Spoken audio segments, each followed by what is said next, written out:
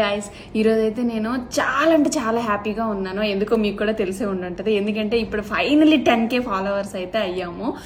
ఇదైతే just number అయితే కాదు, నాకైతే చాలా స్పెషల్. ఇది నేను ఫస్ట్ లో వీడియోస్ చేసేటప్పుడు అయితే ఇంతమంది ఫాలో అవుతారని అయితే అస్సలు అనుకోలేదు.